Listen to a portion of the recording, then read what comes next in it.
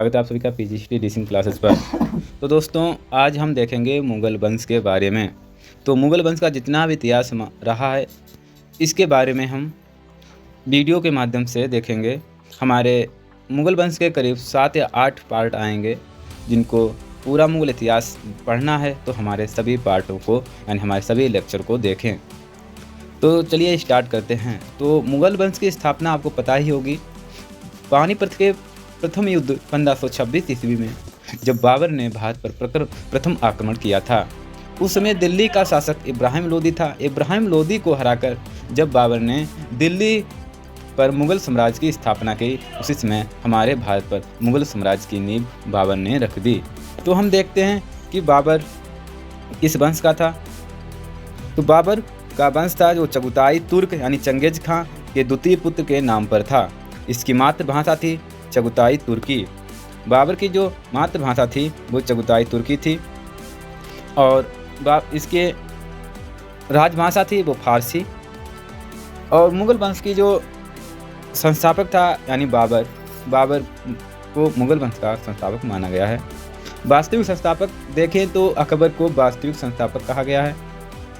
मुग़ल वंश में अगर हम 6 जो मुख्य मुग़ल वंश के जो शासक थे वो 6 शासक थे, जिसमें से प्रथम जिसने नींव रखी मुग़ल वंश की बाबर, उसका पुत्र हुमायूं, उसका पुत्र अकबर, फिर उसका पुत्र जहांगीर, फिर उसका पुत्र शाहजहां, फिर उसके लास्ट में शाहजहां का पुत्र औरंगजेब तक ही यानी 1707 तक, जब तक औरंगजेब की मृत्यु होती है वहाँ तक का ही मुग़ल वंश का चरमोत्कर्ष का विकास यानी काल माना जाता है। जो वास्तविक काल था वो 1707 तक यानी औरंगजेब तक ही मुग़ल वंश का काल माना गया है। तो इनमें हम देखेंगे कि सर्वाधिक समय तक शासन रहा वो अकबर का, उसके पश्चात औरंगजेब का रहा। अकबर का शासन 49 वर्ष 8 माह तक रहा और औरंगजेब का शासन 48 वर्ष 7 माह 11 दिन तक रहा। सबसे कम समय तक मुग़ल शासकों में रफ़ी उद जात, जिसका शासनकाल सिर्फ 3 माह 7 दिन तक माना रहा, और रफ़ी उद दौला 3 माह 11 दिन तक रहा। देखेंगे कि मुग़ल शासकों में जो मुग़ल शासकों जिनकी हिंदू माँ थी वो 2 शासक थे। हिंदू माँ की संतान मुग़ल शासकों में एक जहांगीर की माँ हिंदू थी और शाहजहां, ये 2 शासक हैं जिनकी माँ हिंदू थी। उत्तर मुग़ल काल में हिंदू माँ की संतान शासक बहादुर शाह प्रथम अहमद शाह बहादुर शाह द्वितीय को माना गया है। हम देखेंगे कि जो मुग़ल वंश का जो शासक थे उनका शासनकाल कितने समय से कितने समय तक रहा और उनका मूल नाम क्या था, इसके बारे में हम जानेंगे। तो बाबर जो जब भारत पर जब आक्रमण करता है और भारत पर जब मुग़ल वंश की स्थापना करता है इब्राहिम लोदी को हराकर, तो उस समय जो पानीपत का जो प्रथम युद्ध होता है 1526, इब्राहिम लोदी को बाबर जब हरा देता है तो उसी समय बाबर भारत पर मुग़ल साम्राज्य की स्थापना करता है। 1526 से 1523 ईस्वी तक बाबर का शासनकाल रहा और बाबर का जो मूल नाम था वो जहरुद्दीन बाबर था। उसके पश्चात बाबर का पुत्र हुमायूं भारत का यानी मुग़ल वंश का दूसरा शासक होता है। हुमायूं का शासनकाल 2 समय पीरियड बताए गए हैं, जिसमें से पहला टाइम बताया गया है कि 1523 से 40 तक हुमायूं का शासन रहा। उसके पश्चात 40 से 55 के बीच शेरशाह सूरी जो सूर वंश का शासक था उसका शासनकाल रहा, सूर वंश का। उसके पश्चात हुमायूं का 1523 से 40 और उसके पश्चात 1555 से 56 ईस्वी तक हुमायूं का शासन रहा। हुमायूं का मूल नाम नसरुद्दीन था। हुमायूं के पश्चात हुमायूं का पुत्र अकबर का शासन रहा। अकबर का शासन मुग़ल साम्राज्य के शासकों में सबसे ज़्यादा समय तक माना गया है। अकबर का शासनकाल 1556 से 1605 ईस्वी तक रहा। अकबर का मूल नाम जलालुद्दीन मोहम्मद अकबर था। अकबर के पश्चात अकबर का पुत्र जहांगीर, जिसे सलीम के नाम से जाना जाता था, सलीम ही जहांगीर का मूल नाम था। जहांगीर का शासनकाल 1605 से 1627 ईस्वी तक रहा। उसके पश्चात जहांगीर का पुत्र शाहजहां का शासन रहा। शाहजहां का शासन 1627 से 1658 तक रहा और शाहजहां का मूल नाम शहाबुद्दीन था। शाहजहां के पश्चात उसका पुत्र औरंगजेब जिसे जिंदा इतिहास में जिंदा पीर के नाम से जाना जाता है। औरंगजेब का मूल नाम मुहिउद्दीन था, जिसका शासनकाल 1658 से 1707 ईस्वी तक रहा। तो हम देखेंगे हमारा जो मुगल साम्राज्य का जो प्रथम जो वंश या कह सकते हैं प्रथम शासक जिसने भारत पर मुगल वंश की संस्थापना की स्थापक रहा है, वो बाबर था। उसका शासनकाल 1526 से 1530 ईस्वी तक रहा। इसके बारे में हम जानेंगे। बाबर का जन्म 14 फरवरी 1483 को ट्रांसआक्सिनिया की रियासत फरगना में हुआ था। आपको पता है कि जो बाबर का जन्म था 14 फरवरी को 1483 को ट्रांसआक्सिनिया की एक रियासत थी जिसमें फरगना में हुआ। बाबर का पिता उमर शेख मिर्जा एक तैमूर था। मतलब कहा जाता है कि उमर शेख मिर्जा तो तैमूर का 5वां वंशज था। तो बाबर को तैमूर का 5वां वंशज बताया गया है। और उसकी माँ का नाम तुगलक निगार था, यानी उसकी माँ थी वो तुरु निगार थी, जिसे चंगेज खां का वंशज माना, यानी चंगेज खां का 14वां वंशज माना गया है। बाबर की नानी एहसान दौलत बेगम तथा नाना यूनुस खान थे। बाबर के पिता की असमय मृत्यु होने के बाद एहसान दौलत खान बेगम ने षड्यंत्रकारियों को दबाया। बाबर पितृपक्ष की ओर से तैमूर, बाबर को पिता की ओर से तैमूर यानी तुर्क का 5वां वंशज बताया गया तथा माँ की ओर से वह चंगेज खां यानी मंगोलों का 14वां वंशज रहा है। अतः बाबर में तुर्कों मंगोलों दोनों का रक्त मिश्रण रहा, लेकिन मुगलों को तैमूर का वंशज होने पर इतना गर्व था कि वे खुद को तैमूरिया कहते थे। बाबर का चाचा अहमद मिर्जा समरकंद और बुखारा का शासक था। समरकंद, बुखारा एवं फरगना वर्तमान में ये उज्बेकिस्तान में हैं। ठीक है। बाबर अपने पिता की मृत्यु के बाद मात्र 11 वर्ष की आयु में सन 1494 ईस्वी में फरगना की गद्दी पर बैठा। फरगना की राजधानी अंदीजान थी। बाबर के जो प्रारंभिक संघर्ष थे इसके बारे में जानेंगे। तो बाबर का जो प्रारंभिक संघर्ष रहा है, हम बता दें कि बाबर जो 11 वर्ष की आयु में जब सन 1494 ईस्वी में फरगना की गद्दी पर बैठा, उसके 2 साल बाद 1496 ईस्वी में बाबर ने समरकंद को जीतने का असफल प्रयास किया। समरकंद तैमूर की राजधानी थी, अतः बाबर अपने पैतृक क्षेत्र को जीतना चाहता था, क्योंकि पैतृक पक्ष यानी ये तैमूर का 5वां वंशज माना जाता था। और ये अपने आप को तैमूरिया वंशज यानी तैमूर वंश और तैमूरिया कहना ज़्यादा श्रेष्ठ समझते थे।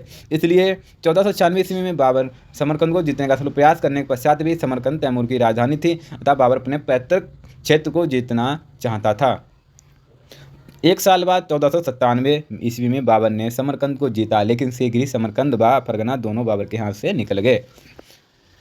1502 ईस्वी में उज्बेक सरदार शेरवानी खान ने सरायपुर के युद्ध में पराजित होने के बाद बाबर ने समरकंद को जीतने का विचार कुछ समय के लिए छोड़ दिया। इस युद्ध में बाबर की बहन खानजादा बेगम, जो बाबर की बहन थी, सिस्टर थी उसकी खानजादा बेगम, उसने शेरवानी खां के हाथ लगी और उससे शेरवानी खां ने विवाह कर लिया। 1504 यानी 2 साल बाद में बाबर ने काबुल शासक मोहम्मद मुकीम एवं गजनी पर अधिकार कर लिया। काबुल विजय के उपलक्ष्य में 1507 ईस्वी में पूर्वजों द्वारा प्रयुक्त मिर्जा की उपाधि थी, उसे बाबर ने त्याग कर बादशाह की उपाधि धारण कर ली थी। 1507 ईस्वी में बाबर ने कंधार को जीत लिया, लेकिन शीघ्र ही उसके हाथ से यह कंधार निकल गया था। जो 1507 ईस्वी में बाबर ने कंधार को जीता, लेकिन शीघ्र ही उसके हाथ से यह कंधार निकल गया। बाबर भारत में मुगल साम्राज्य का संस्थापक माना जाता है, यानी वो था ही मुगल साम्राज्य का संस्थापक भारत में। उसने तुर्की मूल के चगताई वंश का शासन स्थापित किया, जिसका नाम चंगेज खां के द्वितीय पुत्र के नाम पर पड़ा। जो चंगेज खां था उसका द्वितीय पुत्र था चगताई, और उसी के नाम से उसने तुर्की मूल के चगताई वंश का शासन स्थापित किया था।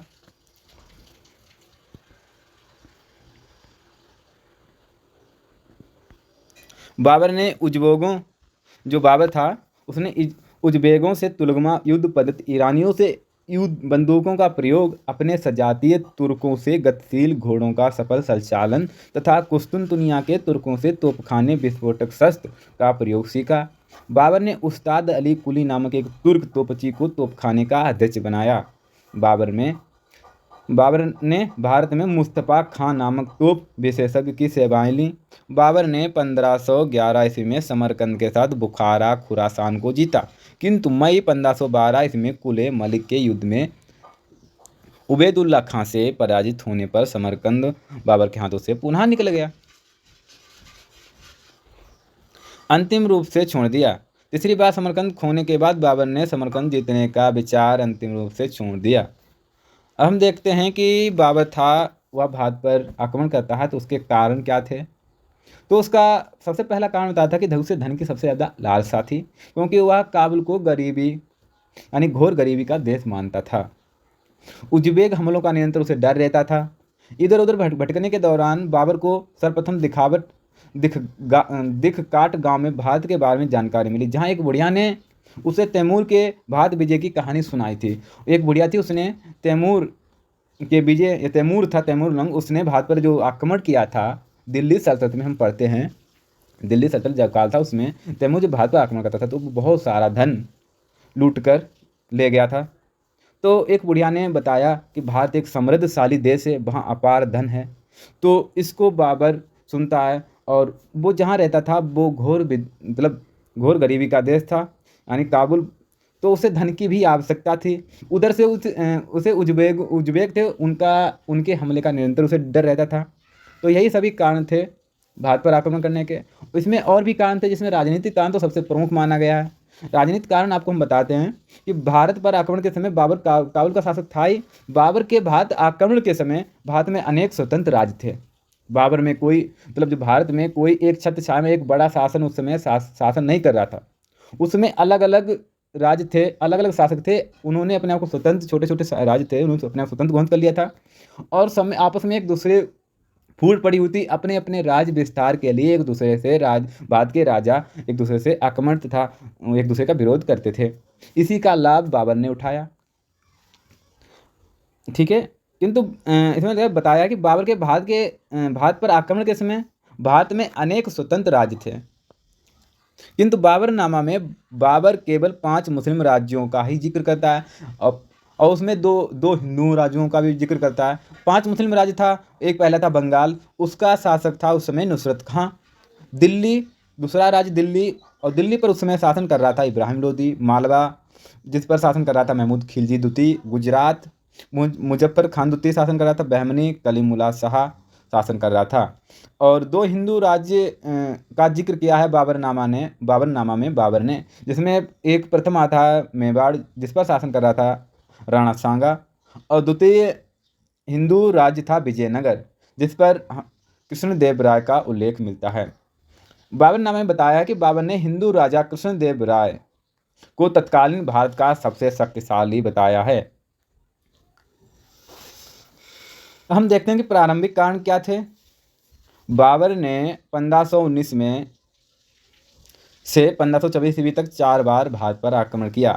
फरिश्ता के अनुसार 1519 में पहला आक्रमण बाजावर पर किया तथा बाजावर आक्रमण के समय ही भेरा के किले को जीतने के लिए भारत में सर्वप्रथम तोपखाने यानी बारूद का प्रयोग किया गया था। 1519 में जब भेरा के किले को जीतने के लिए भारत में सर्वप्रथम तोपखाने का यानी बारूद का प्रयोग किया गया था। अबुल फजल ने बाबर का प्रथम आक्रमण 1505 में बताया है। अबुल फजल हैं जो उन्होंने बाबर का प्रथम आक्रमण 1505 में बताया। दूसरा आक्रमण 1519 से 20 ईस्वी में पेशावर में बताया और तीसरा आक्रमण 1520 ईस्वी में सियालकोट पर किया। चौथा आक्रमण जो अबुल फजल बताते हैं 1524 ईस्वी में किया, जो बाबर ने लाहौर व दीपालपुर को जीता। बाजौर एवं भैरा यूसुफ जाट जाति के अधीन थे। बाजौर एवं भैरा को भारत का प्रवेश द्वार कहा जाता है।